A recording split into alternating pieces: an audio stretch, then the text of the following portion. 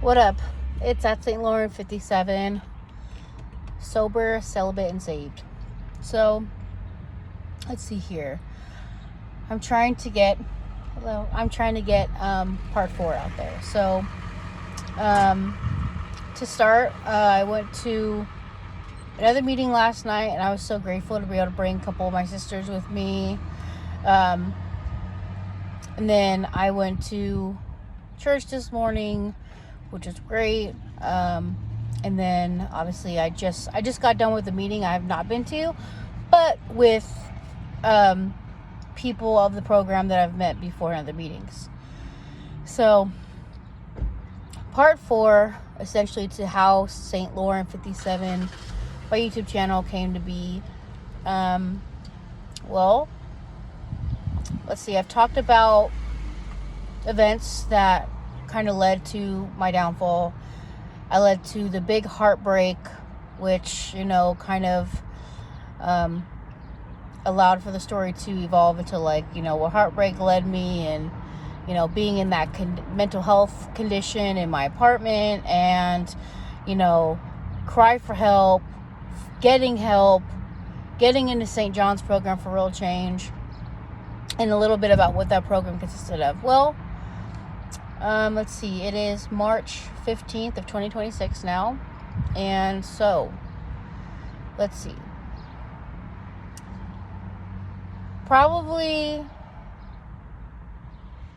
today, I've been baptized. I got baptized February 8th.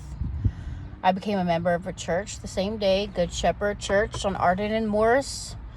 If you've ever had a traumatizing relationship via religious institutions, via, childhood trauma,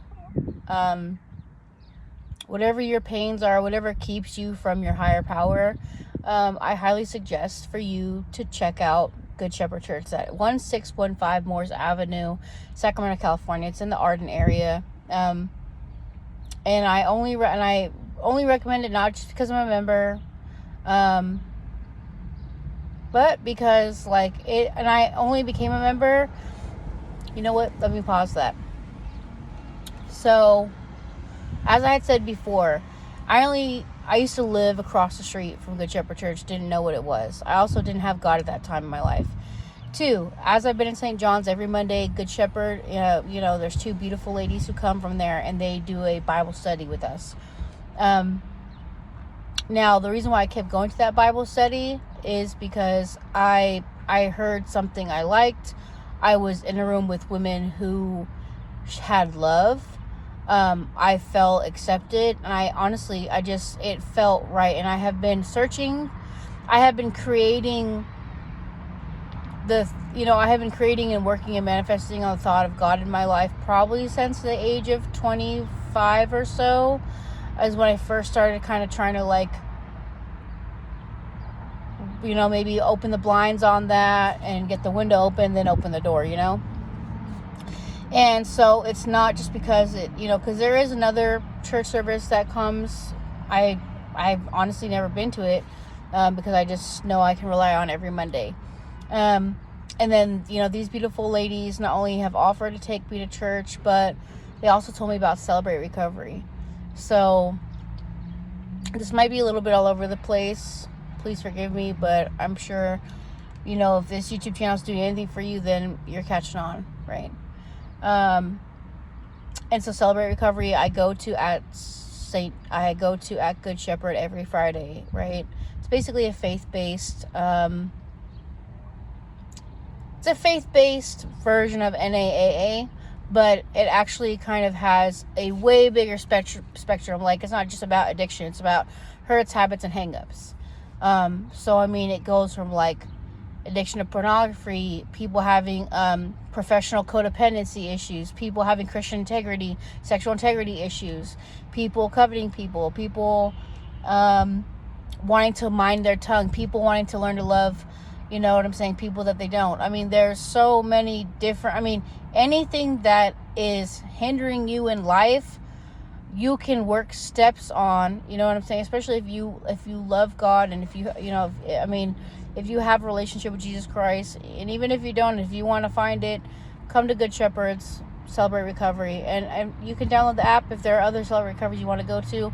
I just know that, you know, with my church, I love where they come from. I love their mission. I love that they are just a church full of grace and they accept everybody, you know what I'm saying, as Jesus does. So, you know, and I personally have not had the healthiest upbringing with religion, you know what I'm saying. It didn't sit right with me. It didn't feel good.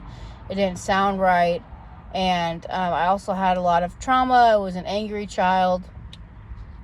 And so anyways, but Good Shepherd has done wonders. Like, I've been able to really flourish in my faith at that church because of the fellowship that comes along with it. Besides the pastors, just the people, like everybody, you know. So anyways, what I essentially thought about part 4 is just kind of like trying to explain what I have gotten out of all of this and what I have learned and what it does for me. And the reason why I feel like this is important to share is because life gets really complicated, especially when you're in pain for most of it, and especially when you have learned behaviors, especially when you don't have any coping skills, especially, you know what I'm saying, when you're not able to thrive and you're just like living, you know what I'm saying. There's a huge difference. And so that's why I feel like, to sum up, you know, how and why I came to share these things, this is a perfect example of reason why, you know, from beginning to, you know, the continued chapter of it, you know, until I, you know, I guess until I feel I have nothing more to say, until I feel I have nothing more to share.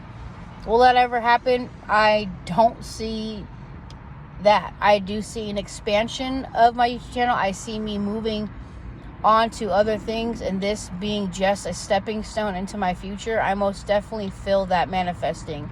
In which way? I don't know. Maybe radio, maybe just service work at first. I don't know, but I do feel something big coming from this. I do feel me being able to make a difference. I do feel me being able to help people coming, and I just don't know how or when or in which way, but I do feel that very strongly in my heart. So anyways, like I had said, you know, as I got, you know, being at St. John's, I do Bible study, and it's led me to a very strong relationship and a very comfortable, safe, loving place with a loving community of people, because we'll get there. And I also attend AA and NA. Now, I do prefer the rooms of NA, just because I mean, obviously, alcohol is a drug. You cannot get that confused. And honestly, in my personal own opinion, it's the most deadly one out there because it's accessible, it's legal, and you know what I'm saying? But it truly impairs you, like, you know, and people get behind the wheel with it. And I mean, you don't get high on weed and forget what you're doing. You don't get too high on weed. I mean, it doesn't matter how many blunts you smoke. You're not all of a sudden going to black out. You know what I'm saying? And you're not going to do things that you won't have to remember, but other people will have seen or have felt or have been the victim of whatever you had put before them while you were intoxicated. So, and I do have a lot of childhood trauma revolved around the drug of alcohol.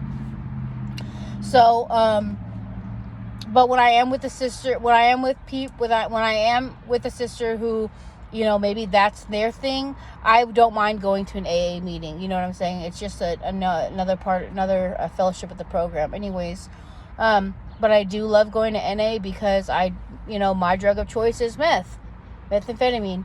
So crystal meth. So, you know, I have more experience in addiction, like, with that substance. And so obviously the room still has people of many different, you know, forms of alcohol, they say, or different forms of the drug, you know, but it's just, and also just with what comes I mean, you can go to a liquor store, buy your bottle, and go home, you know what I'm saying, and do what you do.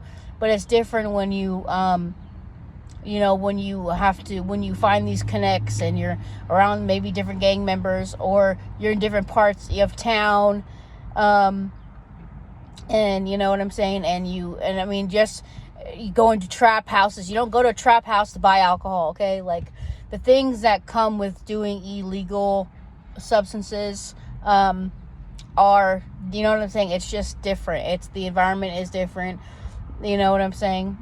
And not saying that one or the other is more dangerous. It's all dangerous.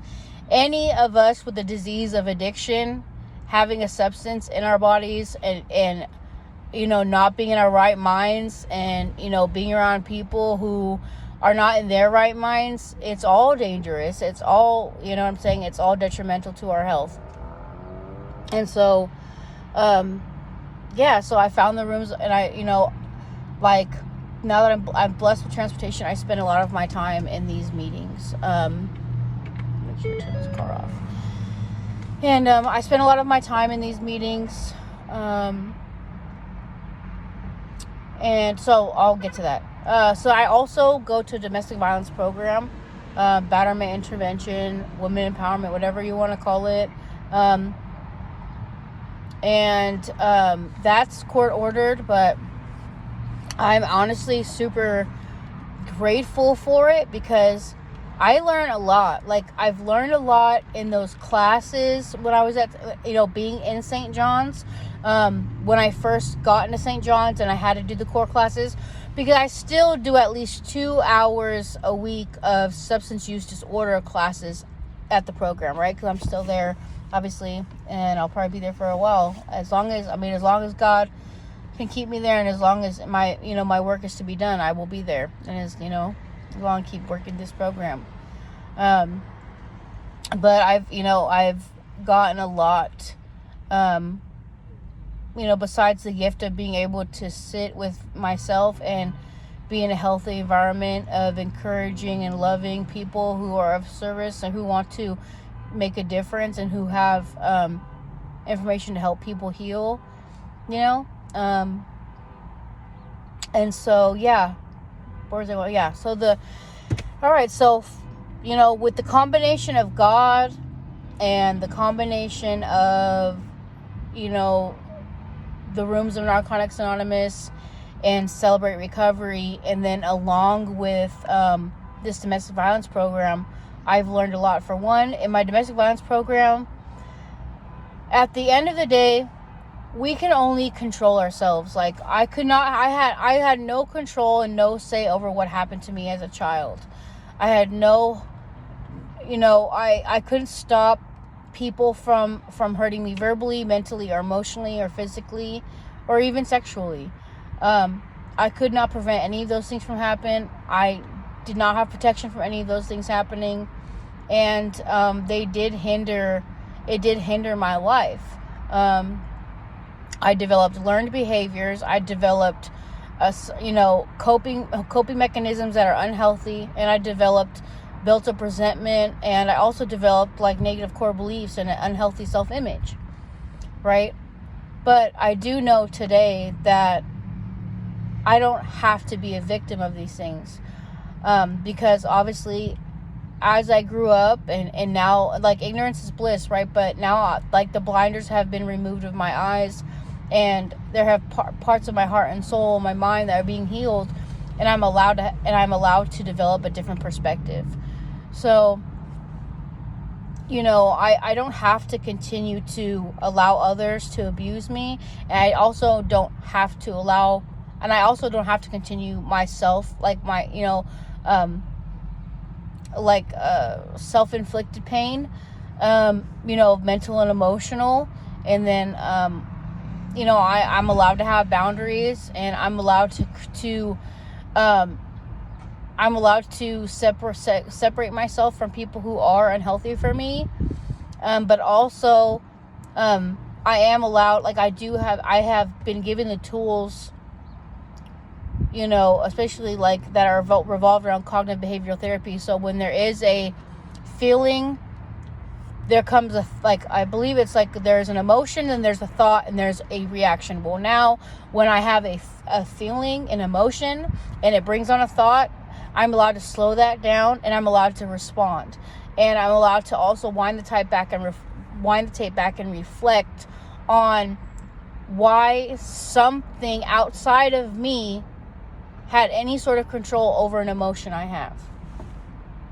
And one thing I did learn in an NA meeting the other day, a gentleman had expressed that, he doesn't keep anything past its expiration date. And what's the expiration date for anything that doesn't make you feel good or has nothing to do with you? And you don't need to, you know what I'm saying? Because anytime you keep anything past its expiration date, you give it power. And now it has a hold of you, and it has a hold of your mind. And now nothing healthy can travel from your mind to your heart. And that's 3 seconds. Anything that might harm my mental health or my physical health or my emotional health, I don't hold on to more than 3 seconds. I don't, Q-tip, quit taking it personally. I've learned that too. But I do know now that I'm fully responsible for my actions. Like, even if somebody else did something that was, geared towards me to cause me pain, I don't have to react with the same intentions that other human being did. I can be a loving and compassionate and caring individual as I am, and I can still carry my new healthy true self-image and my new true healthy core beliefs, and I have new learned coping skills to get through moments of fatal peril. I can flip it around. I can learn to have healthier communication skills, and I can recognize when something is not about me and it's about somebody else. So that's a huge part of what I have from this domestic violence program, which I really think that people should take this course. I honestly feel it would be amazing if it's crazy what they want to take out of school, but I feel like with today's society and everybody coming from, the generations just become more broken and there's more trauma, there's more things.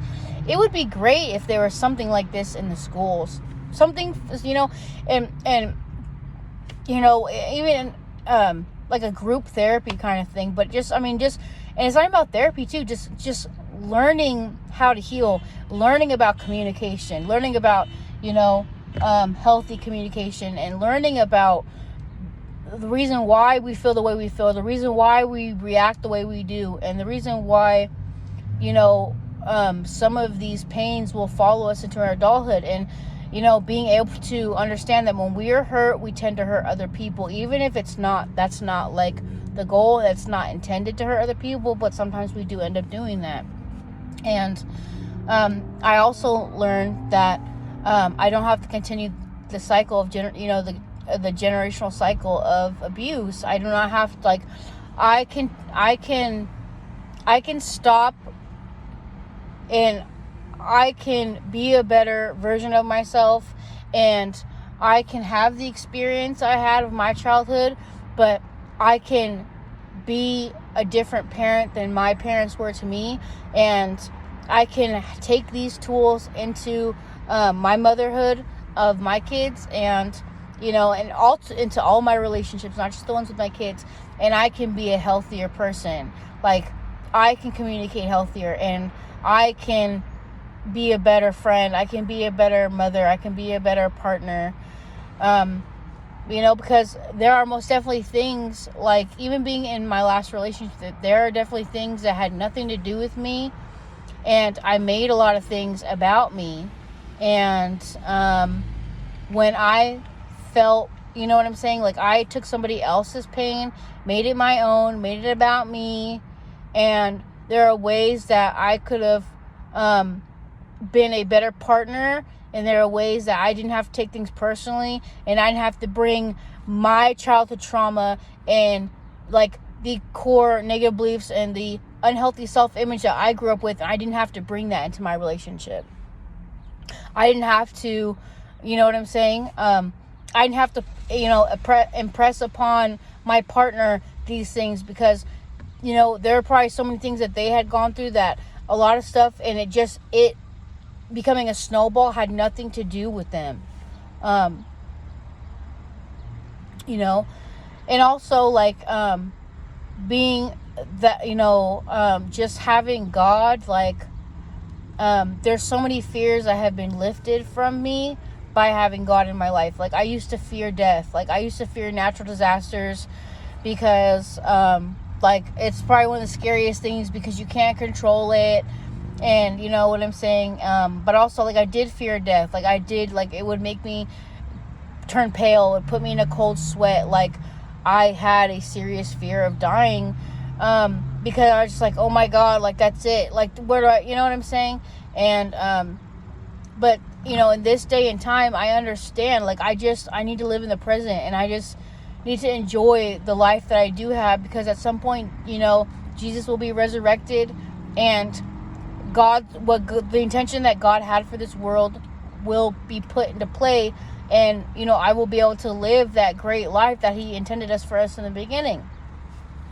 And I just have to be patient, and I just have to enjoy, what lessons are meant for me in this life right now.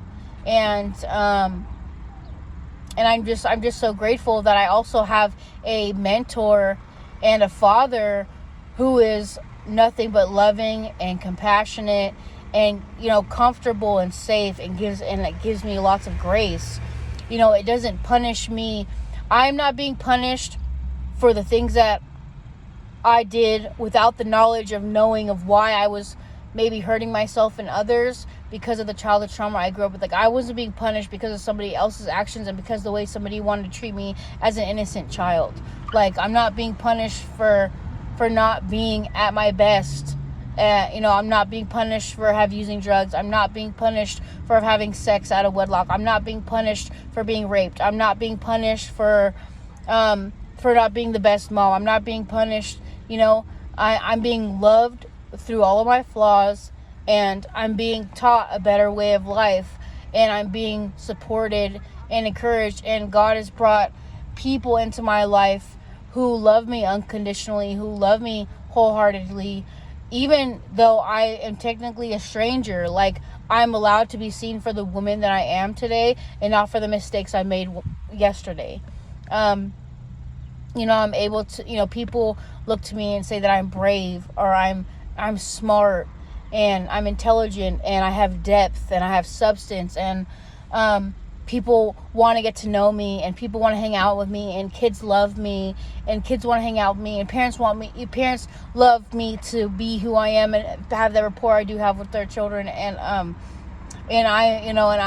learning to love myself without the negative self-image and the negative core beliefs that I grew up with, that the only way to be loved was to be in a beautiful body, and a beautiful body means to be, under 100 pounds, and big boobs, and flawless skin, and hair that's appropriate, and perfect fingers, and perfect toes, and perfect legs, and an identifiable style, like something that's social, that's just, like, society acceptable, socially acceptable, whatever it is, you know what I'm saying? Like, these Instagram model type things. And I know today, and I still have to heal my heart to understand that,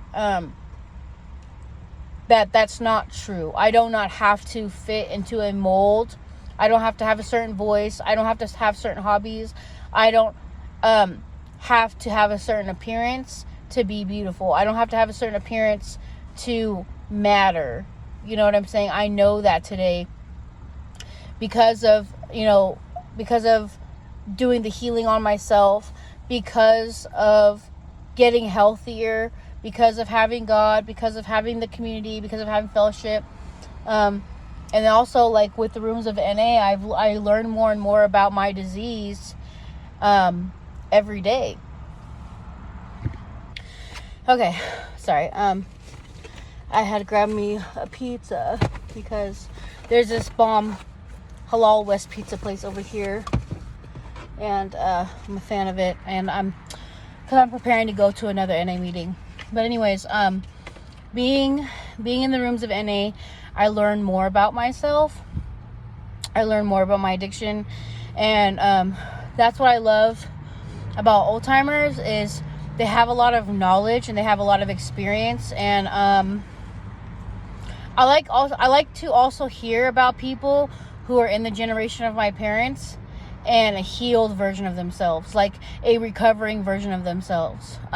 Because, addiction is just a substance, but there are things that come before the substance. Like there are traumas and things that, make substances appealing to us, like things that we just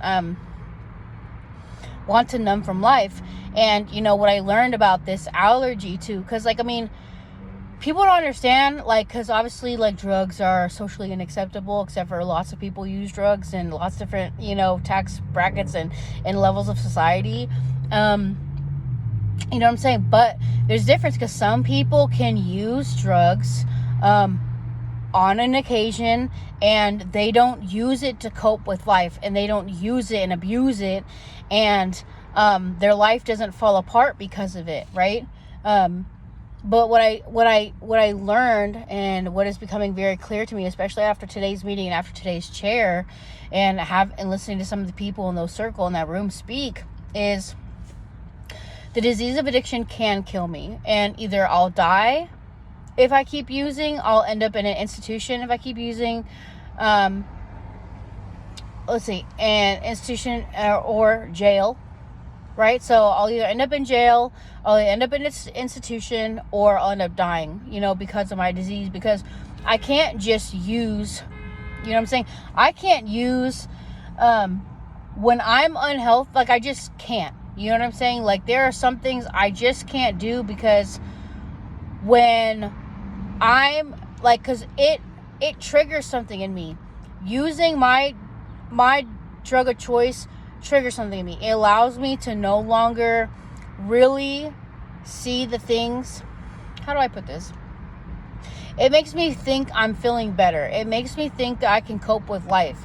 It makes me not see my flaws, and it allows me to take on a false self-image and a false sense of acceptance, right? I all of a sudden think I can accept myself better when I'm in my addiction. I can handle that little voice in my head saying that, you're fat, you're ugly, you're not worth anything, you're not smart, you have no value, nobody likes you, you have to be perfect if you want to be accepted. If you want to be a part of this family, then you need to talk like this and look like this and be like this, and somebody else has to have complete control of my life. I'm not allowed to be in control of my own. You know what I'm saying? And it's just not true. And so what I do know is that if I don't, in order for me, to treat my disease of addiction, I treat it by going to meetings. I treat it by being at Celebrate Recovery. I treat it by staying active in my faith. I treat it by being of service to myself and my sisters and my friends. And I treat it by taking care of myself. If I do not have faith, if I do not have community, I will not have my recovery.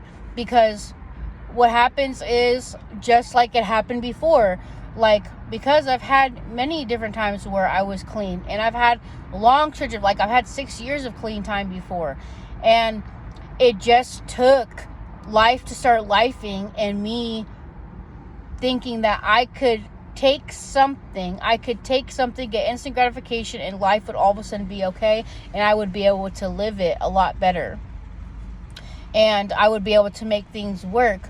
But at the end of the day, what happens is I allowed for not just my disease to take over and this drug to take over my time, but I allowed it to take over my personality, and I allowed it to take over my parenting time. I allowed it to take over my friendship time. I allowed it to take over just everything, and I allowed it to interfere with my, it went and it ganged up with my trauma, and it allowed me to, bring unhealthy things into relationships.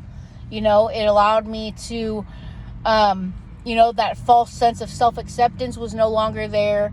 And every time somebody did something that resembled, an action of a previous relationship that abuse, that, whether it was, cheating or physical abuse or mental abuse or whatever, something triggered that, and I brought it into whatever relationship I was in, or I just brought it into like my interactions with people. And so, that's what's been probably like, that is the biggest part of, and the greatest part of this whole journey is, yes, like, it was so detrimental. Like, it was so painful to lose my home. It was so painful to lose somebody who I consider my best friend. It was so painful to lose my soulmate. It was so painful to lose my person. It was so painful to lose the only person who just, like, I can't explain, just, you know what I'm saying? I can't explain what that connection was. Like, connection on all levels, like mentally, emotionally, physically, intimately, like, somebody with substance, and somebody that just, like, somebody that I really felt I could pour all of my love into. Like, every ounce of love, every milligram, every microgram of love, I was able to actually, like, feel 1,000% comfortable and pour every bit of myself into that human being. Like, all of the good that I had, I was able to feel comfortable and feel like I can be all of this for this person. I can do all of this for this person. And on that, like, it was so horrible for me to lose my children. And, in fact, I've been in my children's life all their life. I've been the academic parent, and being a single mother, I was the primary financial provider. I did the back to school nights, I did the projects, I did the reading logs, I did the homework, I did the, I taught them to swim. I taught my son to throw football. I learned to cut hair on my son. I learned to, Like, I learned to French braid and braid my daughter's hair. And, we had routine and we had structure and we read a story every night. And, I got to be an amazing mother. I got to be the mother I never had. And I got to, be the father I never had. I got to be the parent I never had. Like, I got to sit and talk, and I got to sit and bond, and I got to sit and laugh, and I got to sit and, I got to sit and be a part of who my children are becoming and what their personality is developing into. And, like, I got to sit front row and be a part and be present in my children, and to know what they like, what they don't like, what their faces mean. And I got to be present with them, you know what I mean? And also the one thing, so to lose all of that was detrimental, right? But here's also the greatest gift is I get to learn, I get to own not appreciating my life as time has gone on, and I didn't get to appreciate it for what it was and what I had. And when you don't appreciate something, you can lose it. You can lose it. And you can't get back time. You can always put in the work, and you can develop something new. And you can get a second chance for sure. But, it's also a gift, and it's a chance to be able to rebuild. It's a chance to be able to say, I'm sorry. It's a chance to be able to be better. It's a chance to be able to stop, sit, and look at yourself, which is important. Because I know that it would have made 1,000% difference in my life had my parents ever chose to find recovery in whatever way that they needed it.